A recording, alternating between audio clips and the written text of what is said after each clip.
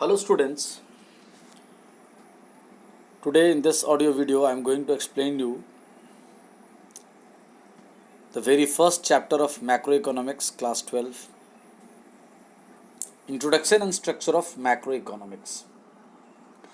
Macroeconomics is that part of economic theory that studies the economy as a whole, such as national income, aggregate employment, general price level, aggregate consumption, aggregate investment, etc. मतलब macro economic theory का वह हिस्सा है जिसमें economy पूरी अर्थव्यवस्था को as a whole पढ़ा जाता है, समग्र रूप से पढ़ा जाता है। जैसे कि नेशनल इनकम पूरे देश का है, पूरे देश का एम्प्लॉयमेंट के बारे में कि वो एम्प्लॉयमेंट या अनएम्प्लॉयमेंट लेवल क्या है, जनरल प्राइस लेवल पूरे देश में इन्फ्लेशन या डिफ्लेशन की क्या स्थिति है, एग्रीगेट कंजम्पशंस पूरे देश के सारे पॉपुलेशंस मिलकर कितने कंजम्पशंस कर रहे हैं, investment aggregate etcetera. Its main instruments are aggregate demand and aggregate supply. मतलब मैक्रो इकोनॉमिक्स का जो मूल एस्पेक्ट है, मूल चीज़ है, वो है एग्रीगेट डिमांड यानी सकल मांग पूरे देश का, पूरे इकोनॉमी का, एंड एग्रीगेट सप्लाई पूरे इकोनॉमी का टोटल सप्लाई सारे सेलर्स के द्वारा। इसलिए it is also called the income theory और एम्प्लॉयमेंट थ्योरी। इसलिए कभी कभी मैक्रो इकोनॉमिक्स को इनकम थ्योरी और एम्प्लॉयमेंट थ्योरी भी कहा जाता है। Structure of macro economy, as we know macroeconomics is concerned with economic problems at the level of an economy as a whole। मतलब मैक्रोइकोनॉमिक्स तो हम जानते हैं कि ये पूरे देश के, पूरे इकोनॉमी की अर्थव्यवस्था की समस्याओं को एक हमारे सामने और उसके सॉल्यूशंस रखता है। Structure of macroeconomics implies study of different sectors of the economy. और जब हम मैक्रोइकोनॉमिक्स के स्ट्रक्चर के बारे में बात करते हैं, रचना के बारे में बात करते हैं, इसका मतलब होता है उन सारे चीज़ों को देखना, समझना जो इकोनॉमी के डिफरेंट सेक्टर से बिलोंग करते हैं। एन इकोनॉमी में भी डिवाइडेड इनटू डिफरेंट सेक्टर्स। एक इकोनॉमी में कई सारे सेक्टर्स हो सकते हैं। प्रोड्यूसर सेक्टर्स जो गुड्स एंड सर्विसेज के प्रोडक्शन में लगे हुए हैं, हाउस होल्ड सेक्टर घर संसार के लोग जो कि कंजम्पशंस में लगे हुए हैं, और सभी जगह के वो लोग एक तरह से लेबर मैंने फैक्टर्स ऑफ प्रोडक्शन के लोग सप्लायर भी हैं। यहाँ लिखा भी है नीचे में, house holds are taken as the owners of factors of production. The government sector engaged in activities like taxation and subsidies. The rest of the world sector engaged in exports and imports. Government sector मतलब हो गया कि किसी भी समाज को सुचारू रूप से चलाने के लिए एक व्यवस्था होती है, उसको गवर्नमेंट कहते हैं, जो लॉ एंड ऑर्डर आदि विषयों को देखता है, external defence, internal defence etcetera. तो उसको टैक्सेशन और सब्सिडीज़ जो गवर्नमेंट से रिलेटेड मैटर है उस पर गवर्नमेंट सेक्टर में पढ़ा जाता है। Rest of the world sector engage in exports and imports. कोई भी समाज है, कोई भी देश है, कोई भी इकोनॉमी है, वो सेल्फ डिपेंडेंट नहीं है। वो दूसरे देशों से बहुत सारा चीज़ उसको इंपोर्ट करना पड़ता है जिसमें उसका एक्सपोर्टाइजेशन नहीं है, या जिसका मेकिंग कॉस्ट उसके यहाँ ज़्यादा है या वहाँ नहीं अवेलेबल है। तो यानी पूरी दुनिया से जो हम लोग एक्सपोर्ट इम्पोर्ट करते हैं वो हो गया रेस्ट ऑफ द वर्ल्ड। इसके अलावा फाइनेंशियल सेक्टर भी होते हैं, जिसको फाइनेंशियल सिस्टम होते हैं, जो पूरी इकोनॉमी में मनी के फ्लो में हेल्प करते हैं, बोरोइंग, लेंडिंग एक्सेट्रा में। तो ये हम लोग पढ़े अभी, क्या कहते हैं, मैक्रो इकोनॉमिक्स क्या है, स्ट्रक्चर ऑफ मैक्रो इकोनॉमी पढ़े। अब है सर्कुलर फ्लो ऑफ इनकम।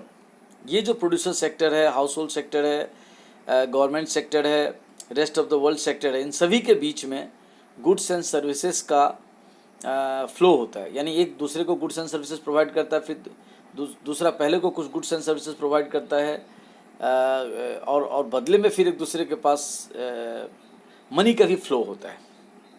तो जब गुड्स एंड सर्विसेज का फ्लो एक दूसरे के यहाँ से हो, जैसे कि सपोज़ कीजिए मैं एक हाउस होल्ड का पर्सन हूँ, मैं किसी फैक्ट्री में जॉब किया, एज एन ऑनर जॉब किया, या एज ए लेबरर जॉब किया, या एज ए मैनेजर जॉब किया, मैंने अपना सर्विसेज प्रोवाइड किया। फिर मैं भी एक हाउस होल्ड का आदमी हूँ जो मैं फैक्ट्री को कॉटन सप्लाई कर रहा हूँ, शुगर केन सप्लाई कर रहा हूँ। तो मैं कुछ ना कुछ चीज़ गुड्स या फैक्टर्स ऑफ प्रोडक्शन का सप्लायर हुआ, तो गुड्स मेरे तरफ से फ्लो होकर चला गया फैक्ट्रीज़ की तरफ। फैक्ट्रीज़ फिर बदले में उसका मेरे को प्राइस पे की, तो दैट इज़ मनी फ्लो हो गया। फिर मेरे ही जैसे कोई दूसरा घर संसार है, घर संसार के लोग हैं जो उस फैक्ट्री में जॉब करते हैं, मैनेजर्स के रूप में या ऑनर के रूप में या एम्प्लॉयज़ के रूप में। वो कंपनीज उनको फिर सैलरी पे करती है, तो सैलरी कैश में मनी के रूप में पे किया, उसी सैलरी से या उसी कमीशन से वो जो पर्सन है वो फिर उसी फैक्ट्री का बना हुआ गुड्स मार्केट में परचेज कर लिया, तो फिर गुड्स का यानी रियल फ्लो हो गया। यानी एक तरह से देखें तो आप देखोगे कि गवर्नमेंट है, हाउस होल्ड है, प्रोड्यूसर सेक्टर्स है, ये सभी आपस में एक दूसरे को गुड्स एंड सर्विसेज देते हैं, गुड्स एंड सर्विसेज लेते हैं और एक दूसरे को मनी भी देते हैं। तो जब सिर्फ गुड्स या सर्विसेज का फ्लो एक दूसरे की तरफ होता है तो दैट इज़ कॉल्ड रियल या प्रोडक्ट फ्लो या फिजिकल फ्लो या रियल फ्लो। और जब एक दूसरे को मनी के रूप में पे करते हैं तो that is called money flow और मॉनेटरी फ्लो और नॉमिनल फ्लो। तो ये real flow of income implies the flow of factor services from the household sector to the producing sector and corresponding flow of goods and services from the producing sector to the household sector। बता रहा है कि जब household sector अपने यहाँ से goods and services या factor services factories को प्रोवाइड करता है तो वो हो गया हाउसहोल्ड से फैक्ट्री की तरफ, प्रोड्यूसर्स की तरफ रियल फ्लो। और फिर जब वो फैक्ट्रीज तरह तरह के गुड्स एंड सर्विसेज बना करके मार्केट में फिर उसको बेचती है तो हाउस होल्ड सेक्टर के लोग उसको परचेज करते हैं। तो दैट इज़ ये हो गया फैक्ट्रीज या प्रोड्यूसर सेक्टर की तरफ से हाउस होल्ड सेक्टर की तरफ का रियल फ्लो। ये देखिए यहाँ दिखा रहा है रियल फ्लो को। मान लेते हैं कि अगर इकोनॉमी में दो ही सेक्टर है, हाउस होल्ड सेक्टर और प्रोड्यूसर सेक्टर, तो हाउस होल्ड सेक्टर पहले प्रोड्यूसर सेक्टर्स को services of factors of production like land provide किया, लेबर प्रोवाइड किया, कैपिटल प्रोवाइड किया या एंटरप्रेन्योरशिप प्रोवाइड किया। काइंड फ्लो हो गया कहाँ से, हाउस होल्ड से प्रोड्यूसर्स की तरफ, जिसको रियल फ्लो कहते हैं। ठीक, जब फैक्ट्रीज उस गुड्स एंड सर्विसेज को बना करके रेडी कर ली तो फिर वही गुड्स एंड सर्विसेज वो हाउस होल्ड सेक्टर को सेल कर रहे, तो ये हो गया प्रोड्यूसर सेक्टर से हाउस होल्ड सेक्टर की तरफ का रियल फ्लो। लिखा है these two sectors are dependent on each other in the following ways. ये दोनों सही बात है। हाउस होल्ड सेक्टर्स अगर गुड्स तरह तरह के raw materials, labourers, managerial services, entrepreneurship services, अपना सेविंग्स क्या हुआ, कैपिटल अगर फैक्ट्रीज को प्रोवाइड नहीं करे तो अपना बिजनेस ही नहीं शुरू कर सकते हैं। और फिर फैक्ट्रीज या प्रोड्यूसर सेक्टर जो गुड्स एंड सर्विसेज बना करके जब तक हाउस होल्ड्स को नहीं देंगे तो हाउस होल्ड्स अपना लाइफ कंफर्टेबली जी नहीं पाएंगे। तो ये इंटरडिपेंडेंस है दोनों के बीच में। अब है मनी फ्लो। तो जब हम हाउस होल्ड सेक्टर के लोग प्रोड्यूसर सेक्टर्स को प्रॉपर्टी प्रोवाइड करते हैं रेंट पे, या लेबर्स के रूप में जॉब करते हैं, या अपना कैपिटल उनको प्रोवाइड करते हैं, या एंटरप्रेन्योरशिप सर्विसेज प्रोवाइड करते हैं, तो बदले में उनको फैक्ट्रीज से, प्रोड्यूसर सेक्टर से पेमेंट के रूप में मिलता है rent, wages, interest, profit etcetera. तो ये हो गया money flow from producer sector to house hold sector.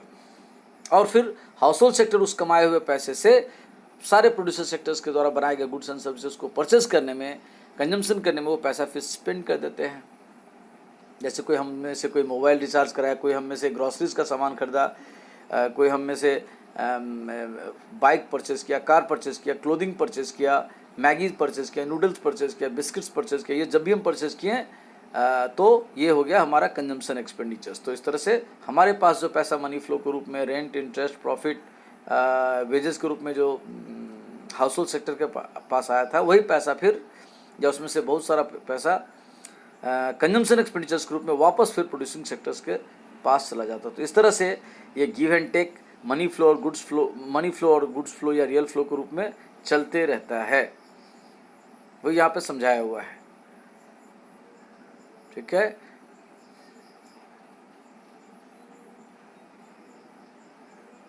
आज का इस ऑडियो वीडियो को ऑफ करता हूँ। Thank you.